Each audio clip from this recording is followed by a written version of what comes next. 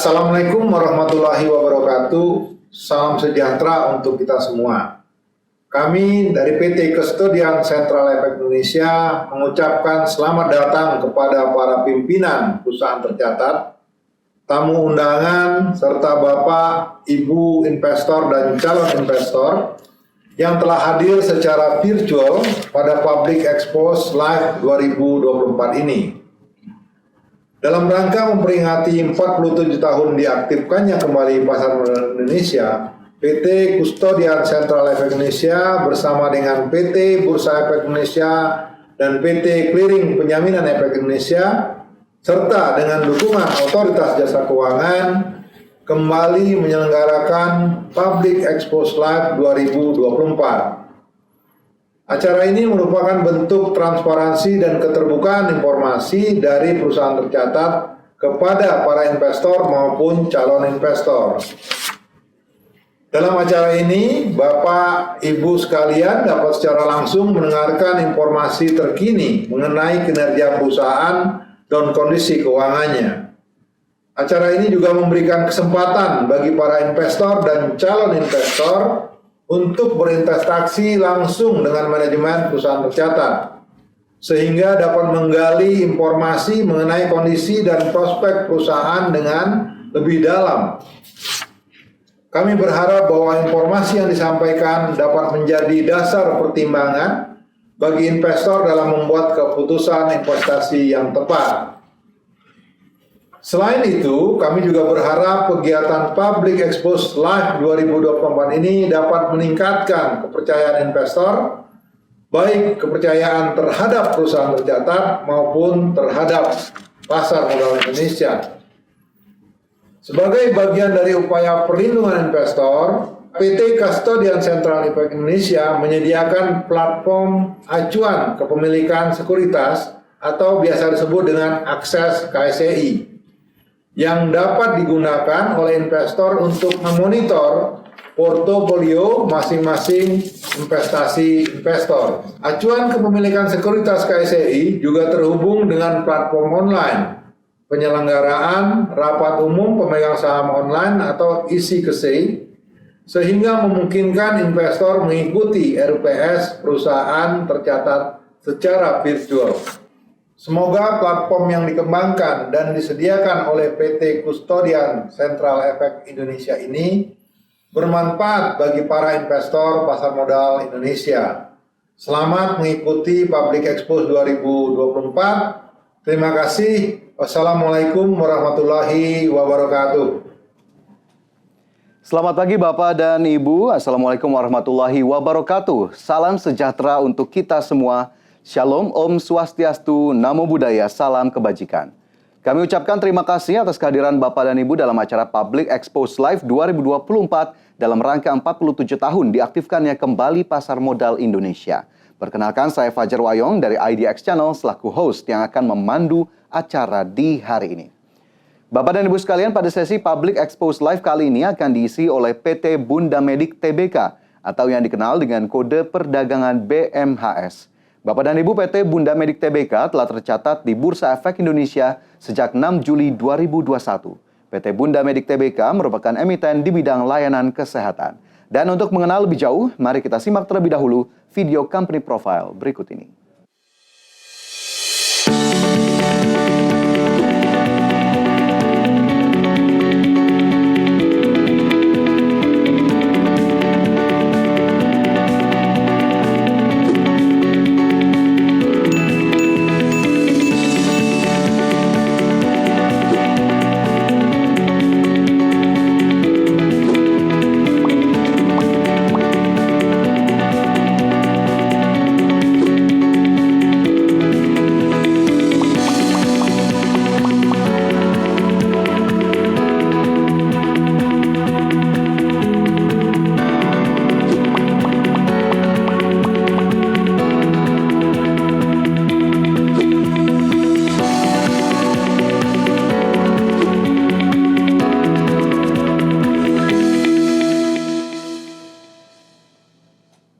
Baik, sudah sama-sama kita saksikan video company profile dari perseroan.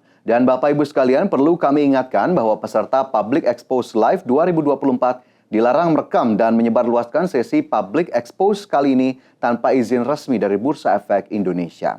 Dan selanjutnya hadirin yang kami hormati, saat ini telah hadir di hadapan kita semua dan bersama kami manajemen dari Perseroan.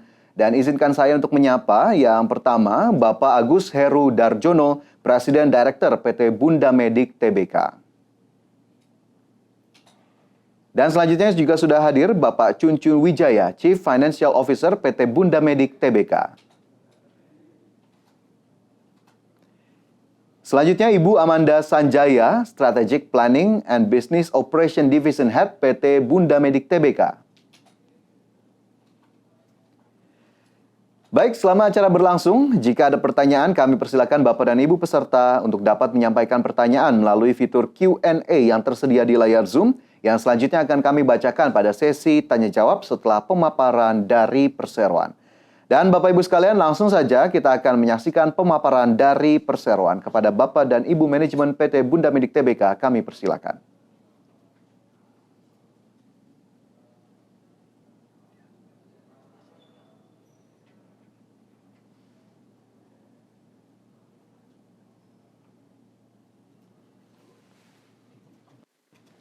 Baik.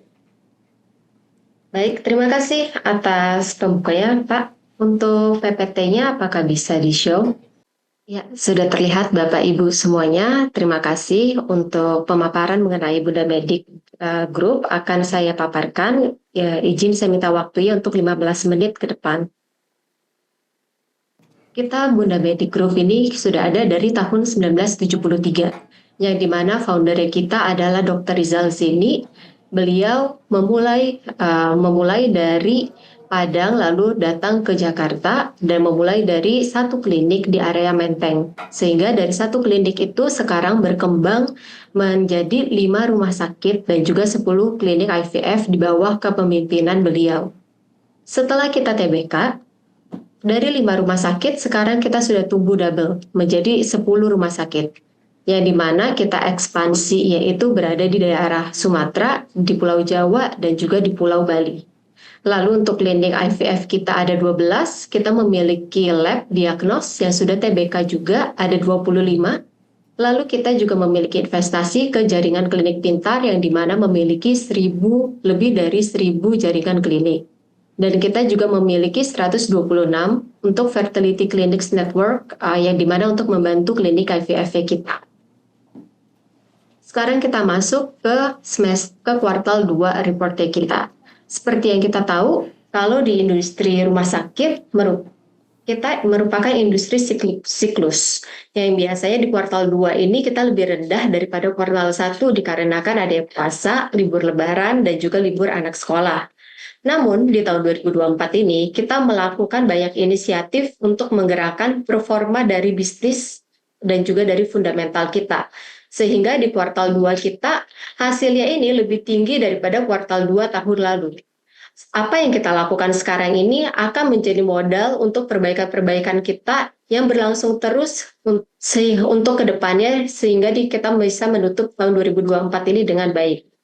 Terlihat di pencapaian kuartal 2 kita bahwa consolidated revenue-nya kita ini tumbuh 10% dibandingkan dengan kuartal 2 di tahun lalu dan juga kita tumbuh 9% dibandingkan dengan semester 1 tahun lalu. Pertumbuhan ini didorong dari pertumbuhan operasional kita. Terlihat bahwa dari outpatients, inpatient days, dan juga surgery dan lab test kita, semuanya tumbuh double digit. Selain kita fokus pada pertumbuhan revenue, kita banyak inisiatif-inisiatif yang dilakukan di tahun 2024 ini yang menargetkan ke core business dan juga berimpact langsung terhadap perbaikan biaya di COGS dan juga di OPEX.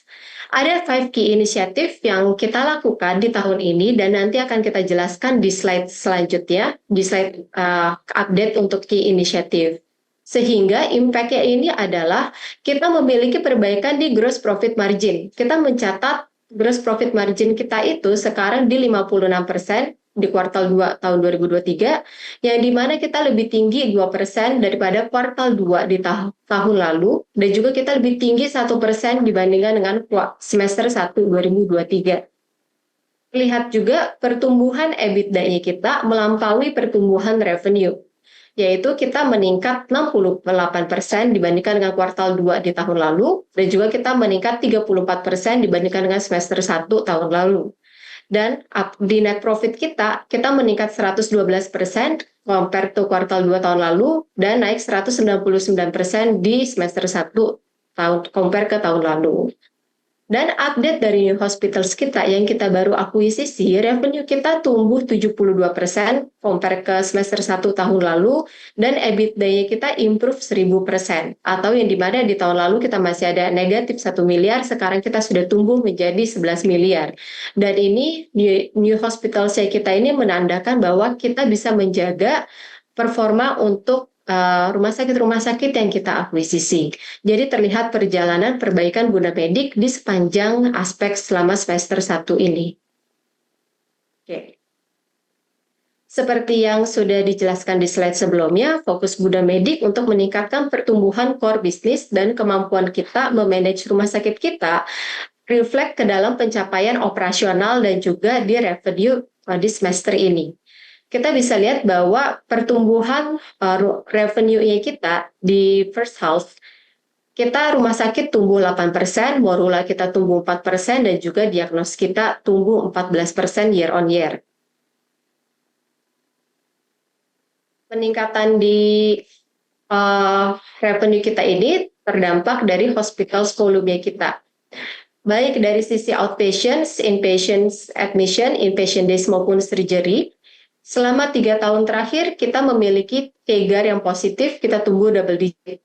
Dan juga selama semester ke semester, kita juga memiliki pertumbuhan double digit. Nah, seperti inilah yang sebetulnya pertumbuhan yang konsisten inilah yang akan terus kita jaga, dan kita jaga konsistensinya dari tahun ke tahun. Sehingga impact ke consolidated performance-nya kita, compare ke pre-COVID era, kita tumbuh 55%, dengan CAGR kita ada di 9%.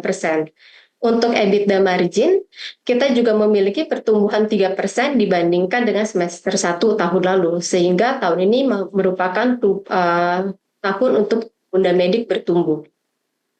Untuk rumah sakit dari sisi balance sheet consolidated-nya kita tetap sehat. Selama di first half ini, kita memiliki net debt kurang lebih 2,3 kali. Nah, di bulan Juli ini kita memiliki corporate action, sehingga kita mendapatkan cash sebesar 351 miliar, yang dimana nanti peruntukannya ini ada untuk membayar bank dan juga untuk ekspansi.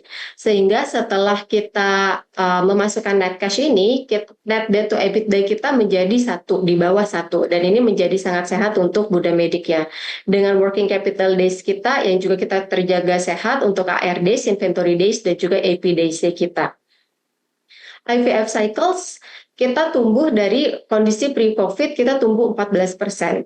Sehingga kita bisa lihat track record-nya bahwa IVF cycles kita ini, kita memiliki pertumbuhan yang konsisten juga dari tahun ke tahun.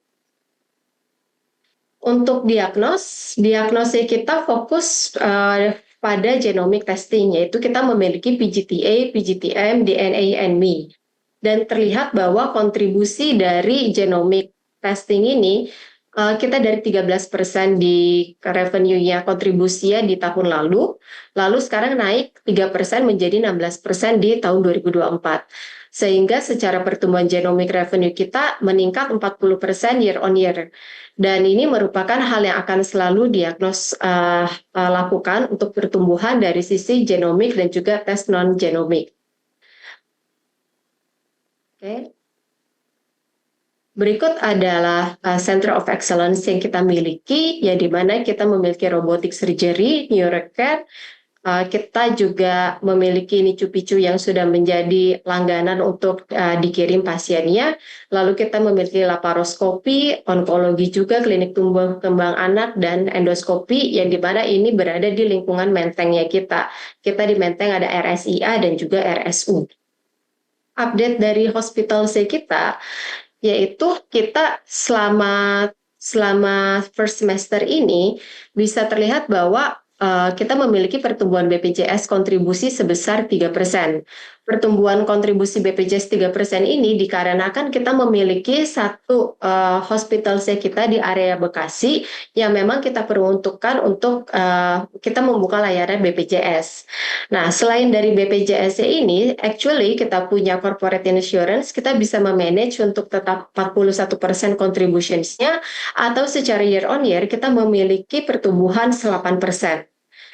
Dan dari Bunda Medicare sendiri, kita ini untuk pertumbuhannya, selain dari corporate insurance dan juga selain dari BPJS ini, kita terkenal sebetulnya dari sisi spesialistik ya kita, yaitu di obgyn dan juga pediatrik.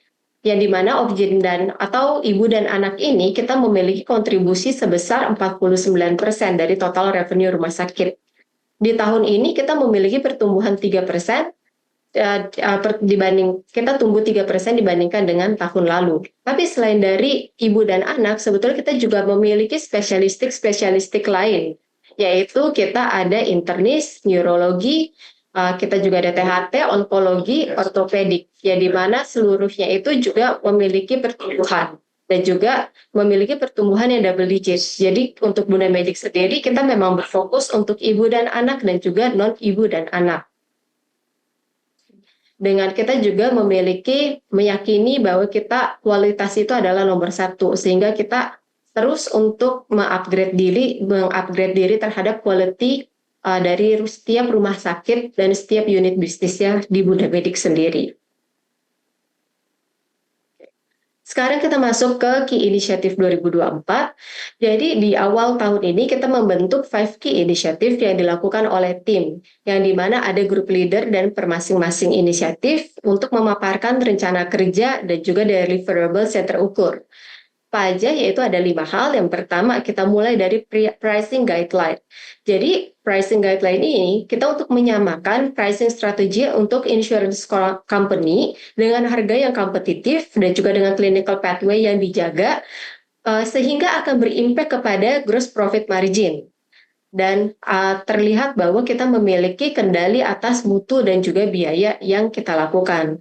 Lalu yang kedua, kita memiliki hospital modeling. Banyak yang kita bisa lakukan sebetulnya untuk memaksimalkan fasilitas kita yang sudah ada. Bisa kita perbaiki atau kita rejuvenate. Lalu untuk medical services-nya kita bisa menambah dokter dan juga alat medis, dan memberikan pasien experience yang berkesan untuk setiap pasien yang datang ke rumah sakit kita. Lalu kita memiliki central procurement, kita untuk mendapatkan negosiasi yang lebih baik lagi untuk di seluruh ekosistem Bunda Medik ini. Lalu untuk data integrations, kita memiliki digitalisasi data yang salah satunya adalah di aplikasi One Bunda yang berkembang untuk booking online kita untuk setiap unit bisnis di Bunda Medik ini. Dan yang paling penting juga ini adalah nomor 5, culture. Jadi salah satu yang penting untuk membangun budaya yang positif, yang produktif, dan lingkungan kerja yang erat. Hal ini untuk menjaga talentnya kita, karena kita percaya bahwa untuk berjalannya bisnis yang baik, kita harus menjaga keluarganya kita harus menjaga keluarga kita sendiri yang berada di lingkungan Bunda Medik ini. Karena sesuai dengan tagline kita, yaitu kita ini sebagai kita punya bunda keluarga inilah yang sebetulnya yang akan menjadi untuk bisa memberikan servis yang lebih baik lagi ke depannya. Oke. Nextnya berikut ini untuk update dari One Bunda. Saat ini kita sudah memiliki 41% dari existing Bunda patients yang sudah registrasi dan menggunakan One Bunda. Yang dimana kita kebanyakan yang most frequently used itu dari fitur janji temu. Sehingga kita banyak juga transaksi yang tergenerate dari fitur ini.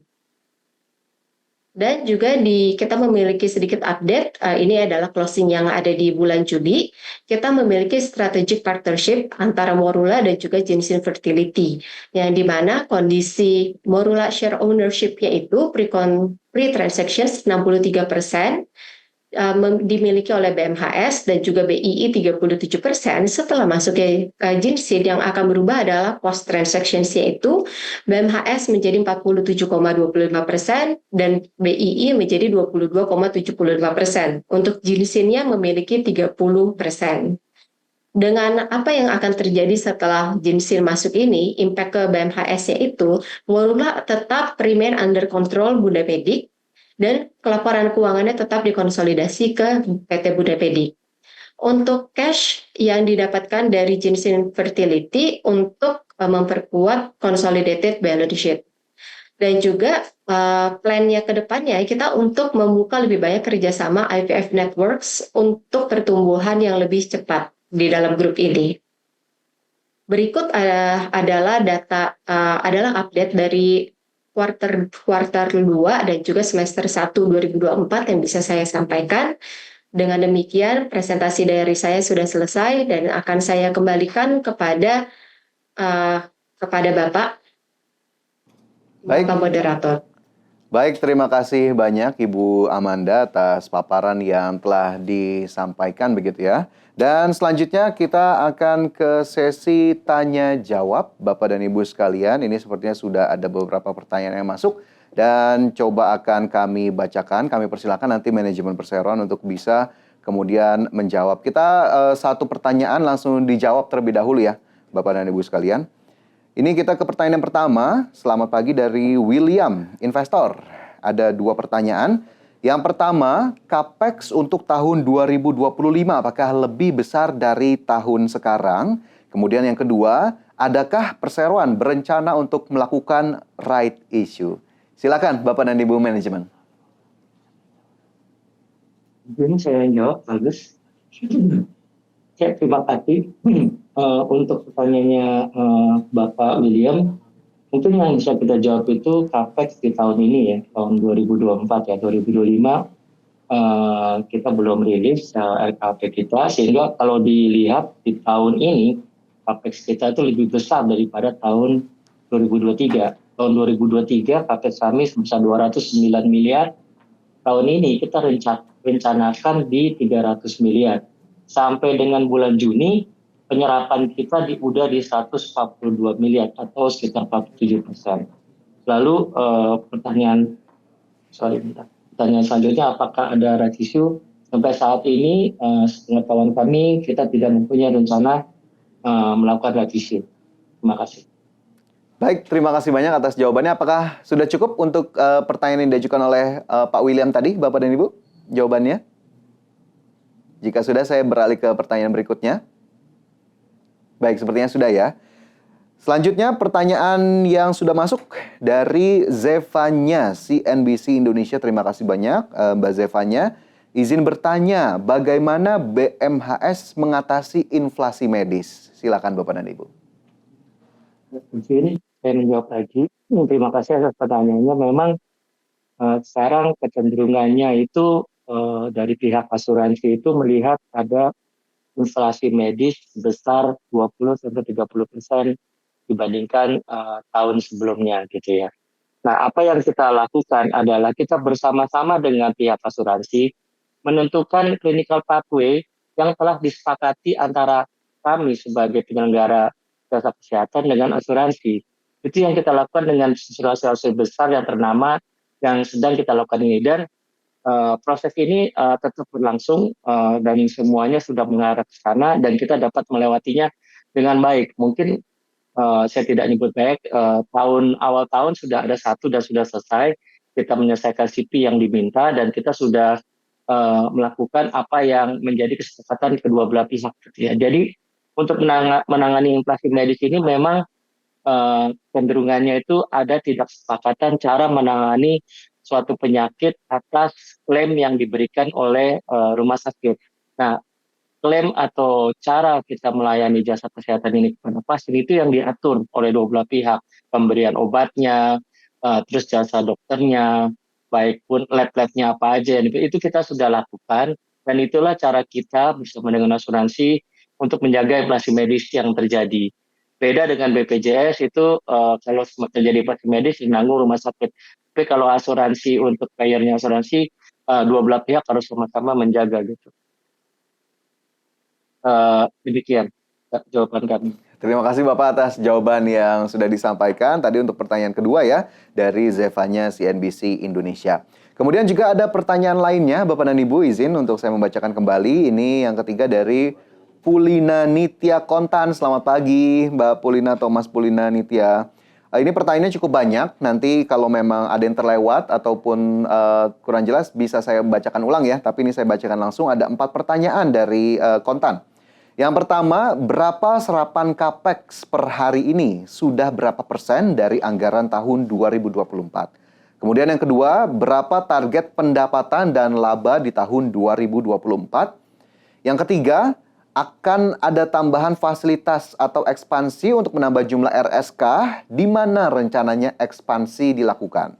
Kemudian yang terakhir, masih dari Pulina Nitya Kontan, harga saham BMHS masih turun secara year to date. Bagaimana manajemen melihat hal ini? Ada strategi apa agar harga saham BMHS bisa menghijau? Kami silakan Bapak Ibu sekalian untuk bisa menanggapi. Ya, izin saya lagi menjawab, nanti dibantu oleh Pak Agus. Untuk pertanyaan nomor 1, berapa serapan CAPEX per hari ini? Ya, seperti yang tadi udah kita jawab, bahwa sampai dengan year to date Juni 2024 kita sudah menyerap 142 miliar, itu sekitar 47% dari target CAPEX kita pada tahun 2024. Berapa target pendapatan maupun laba tahun ini? Kita yang biasanya kita rilis itu adalah target EBITDA kami. Target EBITDA kami seperti yang kita sudah sampaikan pada kuartal 1 itu adalah tahun 2020 sebesar 300 miliar untuk EBITDA kami. EBITDA kami 300 miliar dan tingkat keyakinan kami kita masih tetap cukup yakin ya dengan apa yang kita capai di year to date Juni itu. Di second half itu kita seperti seasonal tahun-tahun lalu, selalu di second half itu lebih tinggi daripada first half. Jadi keyakinan kami masih cukup untuk mencapai 300 miliar. Untuk pertanyaan berikutnya, mungkin bisa dibantu oleh Pak Agus. Ya, baik. Terima kasih Pak Cuncun dan juga Bapak Ibu investor sekalian. Tadi ada pertanyaan menarik, apakah ada tambahan fasilitas atau ekspansi untuk menambah jumlah rumah sakit?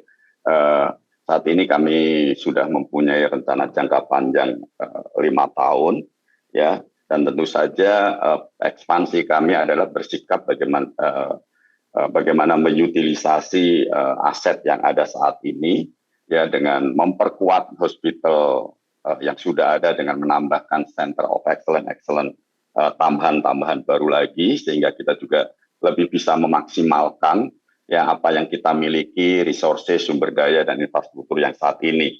Dan kemudian tentu saja ada strategi ekspansi untuk menambah rumah sakit, dan kami juga sudah memappingkan di teritori-teritori mana yang sudah dianalisis visibility study-nya, dan nanti kita sudah memplot di dalam 5 tahun ke depan kita akan memiliki terutama di kota-kota atau di teritori-teritori yang saat ini kita belum ada di sana.